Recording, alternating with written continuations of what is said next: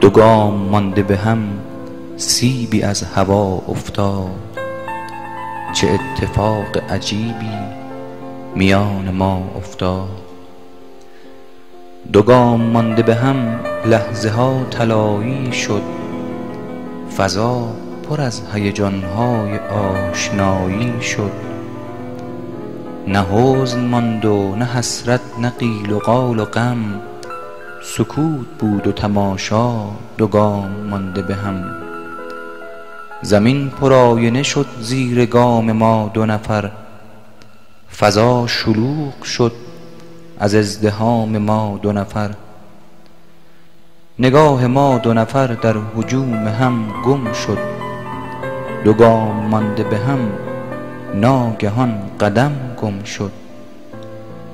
دو گام مانده به هم اصل عاشقی این است. رسیدن و نرسیدن چقدر شیرین است. حکایت از شب سردی است خسته در باران. من و تو بی خبر از هم نشسته در باران. که ناگهان شب من غرق حس و حال تو شد. فضای خانه سراسر پر از خیال تو شد. عجیب آن که تو هم مثل من شدی آن شب. دچار حس خیالی شدن شدی آن شب. به کوچه خواند صدای خوش امید مرا. تو را به کوچه کشید آنچه می کشید مرا. قدم زدم شب آینه را محل به محل. ورق زدم دل دیوانه را غزل به غزل. برای هدیه چشمانمان به یکدیگر. نیافتم غزلی از سکوت زیباتر. من و تو شیفته هم دو آشنا در راه. شبیه لیلی و مجنون قصه ها در راه. به یک محله رسیدیم و بوی ناز آمد. دلم دو کوچه جلوتر به پیشواز آمد. به پیچ کوچه رسیدیم شب بهاری شد. نگاهمان به هم افتاد و بهشت جاری شد. نگاه ها پر ناگفته های کهنه دل. سکوت بود و فقط رفت و آمد دل. دو گام مانده به هم عمر جاودان بودم. که در حضور تو بالاتر از زمان بودم. به سرنوشت غریبم خوش آمدی امروز. در انتظار تو رنجور سالیان بودم. شبیه ماهی تنهای کوچک سهراب. اسیر آبی دریای بیکران بودم. دلم لبالب خون بود و خنده ام بر لب. چنین به چشم می آمد ولی چنان بودم. از آن غروب در سایه باغ یادت هست.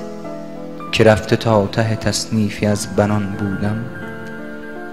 تو گرم چایی خود بودی و لبم می گفت که کاشکی لب خوشبخت استکان بودم. چقدر بی تو در این کوچه سرزنش دیدم. چقدر با همه کوچه مهربان بودم. اگر بدون تو بلبل زبانیم گل کرد. وگر به خاطر برگی ترانه خوان بودم.